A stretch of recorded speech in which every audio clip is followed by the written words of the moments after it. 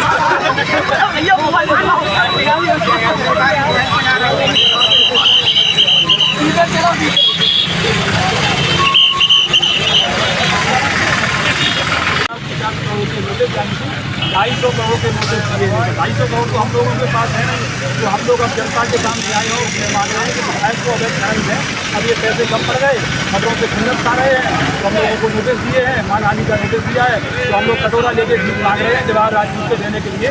हम लोगों के पास तो है नहीं, कुछ नहीं, गुर्दा सब बेच दें, फिर भी 250 करोड़ नहीं होंगे, तो आम जनता के पास झांसी की हम विभिन्न सड़कों पर निकले और जनता को कटोरा लेके हम पत्रकारों ने कभी भीख मांगे।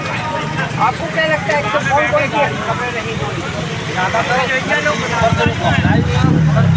लगाने के बाद 5 पत्रकारों को 50-50 करोड़ से 5 करोड़ कमाए, जो 250 करोड़ हो जाते हैं। और ऐसे में हम लोग अपने व्यापार भी बेचते हैं, सब कुछ बेचते हैं, तो भी 250 करोड़ नहीं जोड़ पाएंगे, इसलिए भीख मांग रहे हैं और अपनी किडनी गुर्दा तक सब बिकाऊ कर दिए। जहाँ तक मुझे पता है, ये विधायक तो वो हैं जो खनन का हमेशा विरोध करते आए हैं। खनन का विरोध नहीं, ये खनन में शामिल हो गए शुरुआत में जब विधायक बने थे 2017 में, उसके बाद से लगातार अवैध खनन में शामिल है। और जो दूसरा कारोबारी खनन करने घुसता है तो उससे पैसे मांगते हैं, उससे ब्लैकमेल करते हैं, उसमें शेयर होता है घाट चलाने के लिए, उसका घाट बंद कराने की मारपीट भी करते हैं, पत्रकारों को मारते भी हैं। अच्छा, आपने भी क्या स्थिति रही है, क्या किस तरीके से धमकियाँ आई थी? धमकियाँ तो सीधी हैं।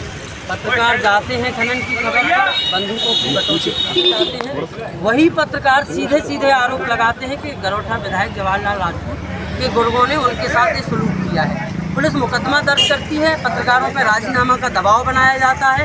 इसके बाद फिर से 8-8, 10-10 पनडुब्बी उसी घाट पे जहाँ पत्रकार पीटे गए थे 4 दिन पहले, उसी पे चलती है पत्रकार फिर खबर चलाते हैं, तो उनसे 50-50 करोड़ की लीगल नोटिस भेज के डिमांड की जाती है।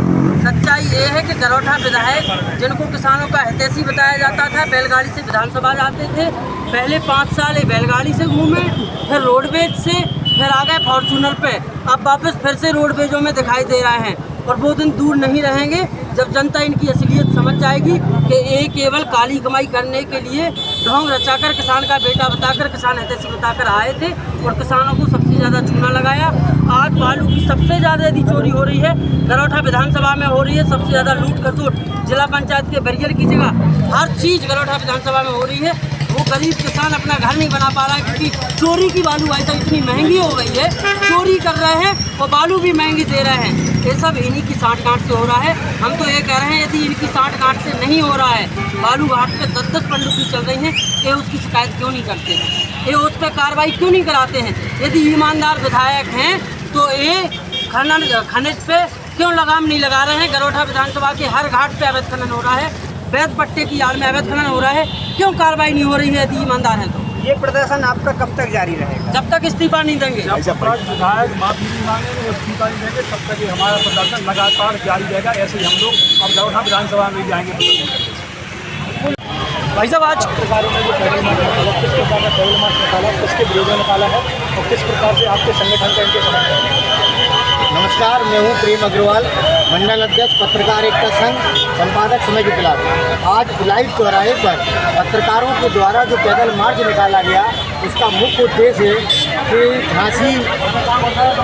झांसी जिला के गरोठा से जो विधायक हैं उन्होंने पत्रकारों के ऊपर जो मानहानि का नोटिस दिया गया है, पत्रकारों के साथ हम पत्रकार एकता संघ के सभी पदाधिकारी इस पैदल मार्च में शामिल हुए और हम ये मांग करते हैं कि विधायक ने जिस तरह से पत्रकारों के ऊपर ये लगाया है, नोटिस को वापस लें, बिना शर्त वापस लें, नहीं तो पूरा पत्रकार जगत उनके खिलाफ खड़ा हो जाएगा। इसी के लिए आज हम लोगों ने पत्रकार साथियों को अपना पूरे साथियों के साथ समर्थन दिया है। धन्यवाद।